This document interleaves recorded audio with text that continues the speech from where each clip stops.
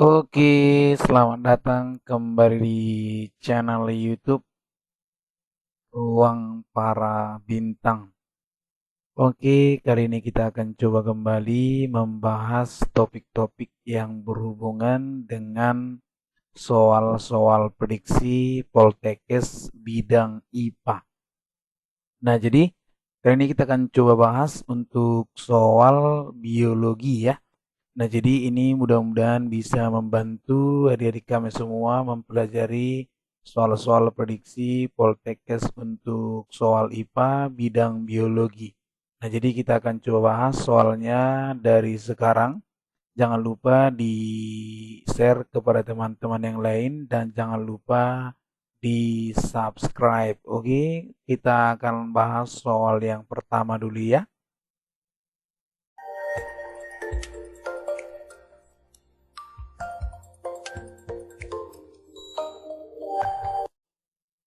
Oke, kita mulai dari soal yang pertama. Nah, kita coba bacakan dulu ya.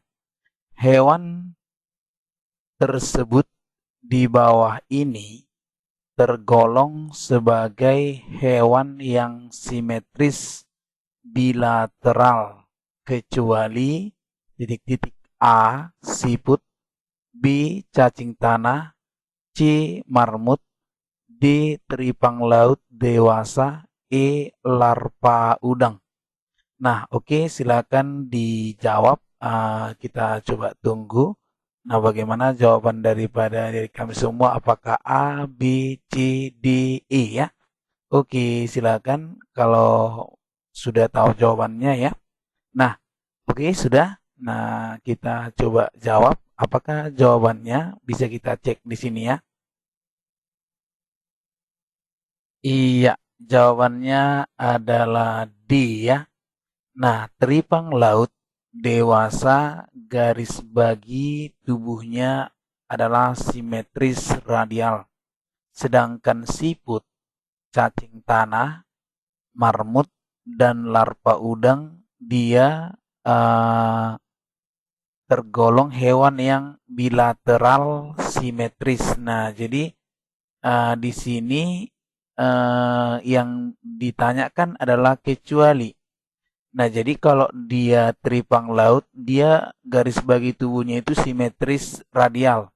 Simetris radial, sedangkan siput, cacing tanah, marmut, larva itu bilateral simetris atau simetris bilateral. Berarti siput, cacing tanah, marmut, yaitu sama larva udang itu simetris bilateral. Berarti kecualinya berarti D kan? Nah, jadi jawabannya adalah D. Itu dia untuk soal yang pertama. Nah, oke, bisa ya. Nah, kita lanjut di soal nomor 2. Oke, sekarang kita lanjut di soal nomor 2 ya. Keanekaragaman genetika yang terjadi pada makhluk hidup diakibatkan titik-titik. A. Adanya variasi dalam perangkat gen, adanya perubahan lingkungan, terjadinya proses adaptasi akibat perubahan habitat, terjadinya kepunahan. Nah, oke, silakan adik-adik kami, kawan-kawan boleh mencoba menjawab apakah A, B, C, D, E ya. Nah, jadi silakan dijawab. Nah, kalau misalnya sudah, kita akan jawab, ya kan? Nah, yuk boleh dipikirkan dulu ya. Iya, oke. Nah, jadi sekarang kita coba jawab ya. Nah, oke. Jadi jawabannya adalah A ya. Jadi keanekaragaman genetika yang terjadi pada makhluk hidup itu diakibatkan oleh adanya variasi dalam perangkat gen menyebabkan terjadinya keanekaragaman genetika. Jadi itu faktor daripada variasi adanya variasi dalam perangkat gen. Itu dia untuk soal nomor 2. Nah, mudah-mudahan bisa dipahami ya. Jadi kita sebenarnya untuk soal ini tidak ada yang masalah ya. Oke, next kita ke soal nomor 3.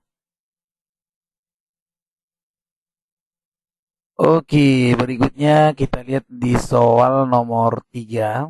Jika diharapkan tumbuhan yang kokoh, maka akarnya harus kuat. Untuk tujuan ini diperlukan hormon A. Kaulokalin, rizokalin, antokalin, auksin, filokalin. Nah, oke, jadi di sini ada A, B, C, D, E. Nah, jadi saya baca sekali lagi, jika diharapkan tumbuhan yang kokoh, maka akarnya harus kuat. Untuk tujuan ini diperlukan hormon apa gitu ya. Jadi A kaulokalin, B rizokalin, antokalin, auksin atau pilokalin. Nah, boleh dijawab sebelum kita selesaikan ya. Boleh dijawab oleh adik kami semua, silakan.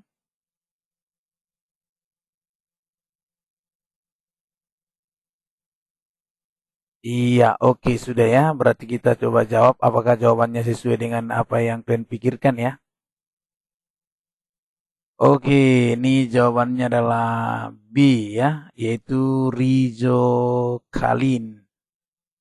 Rizokalin ini adalah hormon yang memacu pembentukan akar ya. Jadi rizo itu dari sini bisa kita lihat rizokalin ya, rizo akar.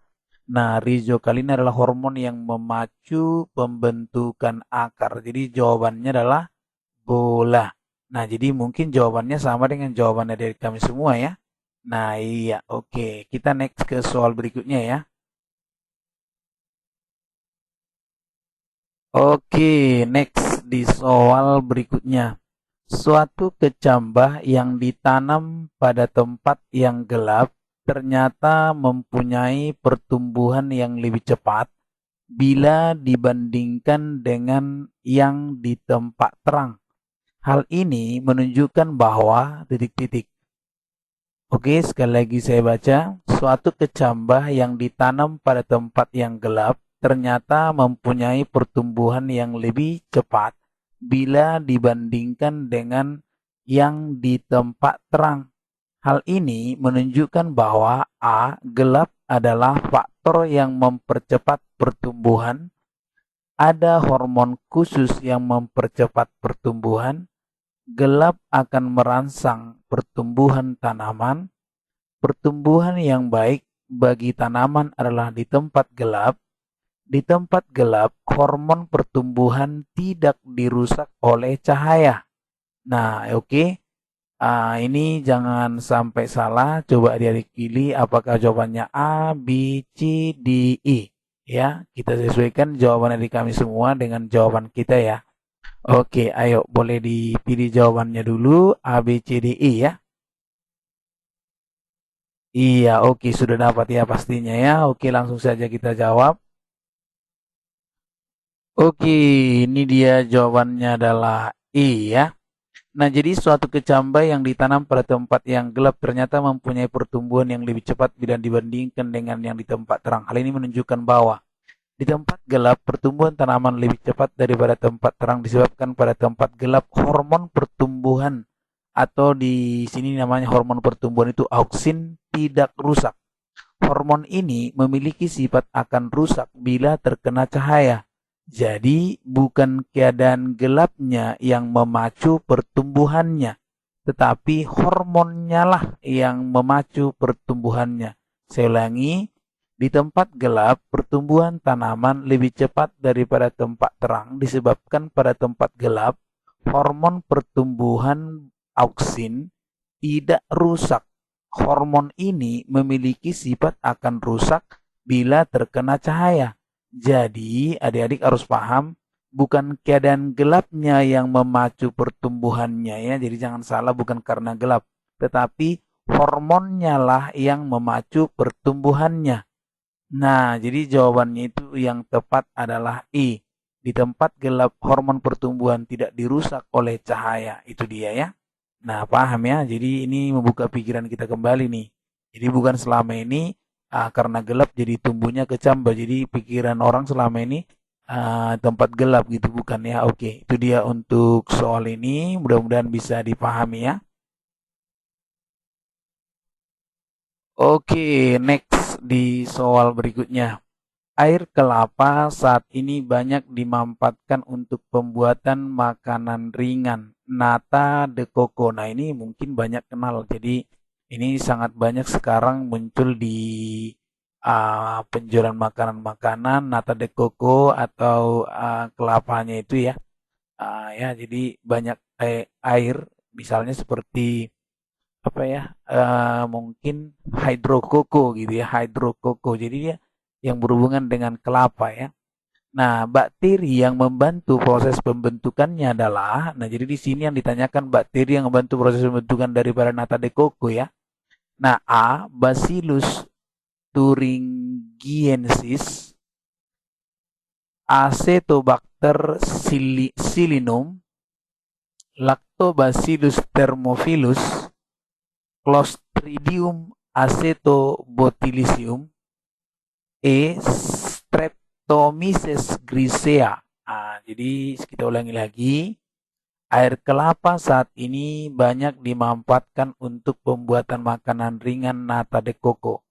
Bakteri yang membantu proses pembentukannya adalah Bacillus thuringiensis, Acetobacter ya, silinum, Lactobacillus thermophilus, Clostridium acetobotulinum, Streptomyces grisea. Nah, ini apa jawabannya? Boleh kita cek di sini jawabannya ya. Nah, coba sambil-sambil boleh diuji jawaban adik-adik dengan jawaban kita. Kita akan cocokkan ya. Oke, boleh dipilih, silakan. Iya, oke. Nah, jadi sekarang kita coba jawab sama-sama ya. Oke, jawaban yang tepat adalah B ya. Bakteri yang mampu membuat air kelapa menjadi makanan ringan atau nata de coco adalah Acetobacter silinum. Jadi jangan lupa bakteri yang mampu membuat air kelapa menjadi makanan ringan atau nata de coco adalah Acetobacter silinum. Oke, bisa dipahami ya. Nah, itu dia untuk dari kami semua supaya bisa dipahami jawaban dari soal ini. Kita next soal berikutnya. Oke, ini dia. Suatu tumbuhan hidup di perairan memiliki klorofil, tidak memiliki kloroflas sebagai fitoplankton. Maka tumbuhan itu adalah, jadi di sini suatu tumbuhan hidup di perairan. Jadi ini ciri-cirinya nih. Tumbuhan yang hidup di perairan memiliki klorofil, tidak memiliki kloroflas sebagai fitoplankton, maka tumbuhan itu adalah apakah cyanophyta, chlorophyta, chrysophyta, phaeophyta, rhodophyta. Nah, jadi saya ulangi, suatu tumbuhan yang hidup di perairan memiliki klorofil, tidak memiliki kloroflas sebagai fitoplankton, maka tumbuhan itu adalah apa? Cyanophyta, chlorophyta, chrysophyta, phaeophyta, rhodophyta. Nah, jadi jawabannya boleh dipilih sebentar, adik boleh milih, silakan. Iya, oke, sama-sama kita jawab ya. Oke, jawabannya adalah A ya. Nah, ciri-ciri algae biru atau cyanophyta adalah di sini tidak memiliki kloroflas, memiliki klorofil, tidak memiliki membran inti, ukuran tubuh kecil atau bersifat fitoplankton, hidup di perairan. Jadi itu adalah ciri-ciri daripada alga biru ya, alga biru atau cyanophyta. Oke? Bisa ya? Mudah-mudahan bisa dipahami. Jadi ini adalah cyanophyta. Oke, next di soal berikutnya. Fiksasi CO2 terjadi pada waktu reaksi gelap. Senyawa di bawah ini yang berperan untuk mengikat CO2 dari udara adalah NADP, H2O, APG, ALPG, RDP. Saya ulangi, fiksasi CO2 terjadi pada waktu reaksi gelap. Senyawa di bawah ini yang berperan untuk mengikat CO2 dari udara adalah NADP, H2O, APG, ALPG, RDP. Nah, jadi adik-adik boleh memilih apa jawabannya, silakan. Kita akan cocokkan. Oke, sudah dapat ya, kita samakan jawabannya ya. Oke, iya. Jadi jawabannya adalah I, yaitu RDP, singkatan dari ribulosa diposfat ya. Jadi di sini jangan lupa RDP itu ribulosa diposfat adalah senyawa yang dapat memfiksasi CO2 dari udara. Jadi jawabannya adalah E ya. Nah, jadi silakan dipelajari tentang ribulosa diposfat. Itu dia. Oke, next di soal berikutnya. Hewan berikut ini yang memiliki kaki di kepala, siput di darat, tiram, kepiting, siput air, cumi-cumi. Kita ulangi lagi ya. Hewan berikut ini yang memiliki kaki di kepala, A. Siput darat, A. B. Tiram, C. Kepiting, D. Siput air, E. Cumi-cumi. Nah, oke, kita akan coba lihat apa sih jawabannya. Boleh disesuaikan, adik-adik boleh milih A, B, C, D, E ya. Silakan, apakah A, B, C? Oke, dalam pikiran misalnya adik-adik, apa jawabannya nih? Oke, nah oke, sudah? Iya, sudah dapat. Nah, kita pastikan sudah dapat lah ya. Oke, next kita akan cocokkan jawaban adik-adik dengan kita ya. Oke, iya, jawabannya adalah cumi-cumi ya. Moluska. Ini namanya moluska ya. Moluska yang memiliki kaki di kepala dari golongan Cephalopoda ya. Jadi moluska yang memiliki kaki di kepala dari golongan Cephalopoda, yaitu contohnya misalnya cumi-cumi, sotong, gurita ya. Jadi di sini hewan berikut yang memiliki kaki di kepala itu ya cumi-cumi ya. Pastinya cumi-cumi pernah lihat dong cumi-cumi kayak mana ya. Oke, jadi jawabannya E ya. Itu dia. Oke, next berikutnya ya. Cacing yang dapat dimanfaatkan sebagai sumber protein adalah dari kelas. Nah, ini cacing nih. Cacing yang dapat dimanfaatkan sebagai sumber protein adalah dari kelas Polychaeta, ya kan? Ada Polychaeta, ada juga Oligochaeta, ada Hirudinae, ada Trematoda, ada Turbellaria. Saya ulangi lagi. Cacing yang dapat dimanfaatkan sebagai sumber protein adalah dari kelas Polychaeta, Oligochaeta, Hirudinae, Trematoda, Turbellaria. Oke? Nah, coba dipilih jawabannya apa? A, B, C, D, E. Ya, silakan. A, B, C, D, E, silakan. Nah, sudah pasti ada pilihannya dong ya. Adik-adik kami yang rajin belajar, yang sering baca-baca buku biologi pastinya sudah dapat nih. Oke, nah kita akan coba cocokkan jawaban kita dengan adik-adik ya. Yuk, sama-sama kita cek. Iya, ternyata jawabannya sama dengan jawaban adik-adik kami semua ya. Golongan cacing yang sudah dikonsumsikan. Jadi golongan cacing yang sudah boleh dimakan gitu, dimanfaatkan, dikonsumsikan itu artinya boleh dimanfaatkan sebagai sumber makanan gitu ya. Atau sumber protein adalah dari kelas yang namanya Polychaeta. Jadi inilah yang golongan cacing yang sudah dikonsumsikan, artinya sudah dimakan orang. Nah, jadi sebagai sumber protein bagi orang-orang. Jadi ini adalah golongan cacing namanya Polychaeta ya. Itu dia untuk soal ini, mudah-mudahan bisa dipahami. Oke, sekarang kita masuk di soal prediksi yang terakhir. Di sini boleh kita cek. Ikan mas digolongkan ke dalam filum chordata karena A, di sini bisa dicek, memiliki tulang belakang, tubuh bilateral simetris, pernah memiliki kerangka sumbu primer tubuh, memiliki kranial, tubuh pipi memanjang. Saya ulangi, Ikan mas digolongkan ke dalam filum kordata karena A. memiliki tulang belakang, tubuh bilateral simetris, pernah memiliki kerangka sumbu primer tubuh, memiliki kranial, tubuh pipi memanjang. Nah, jadi di sini ikan mas itu digolongkan dalam filum kordata karena apa gitu ya. Oke. Coba dipilih jawabannya, mana jawaban yang paling tepat menurut adik-adik, apakah A, B, C, D, E ya, silakan.